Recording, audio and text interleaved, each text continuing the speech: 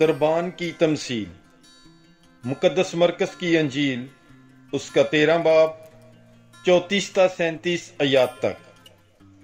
یہ اس شخص کی طرح ہے جو گھر چھوڑ کر غیر ملک میں چلا گیا ہو اور اپنے غلاموں کو اختیار اور ہر ایک کو اس کا کام دیا ہو، اور دربان کو حکم دیا ہو کہ جاگتا رہے۔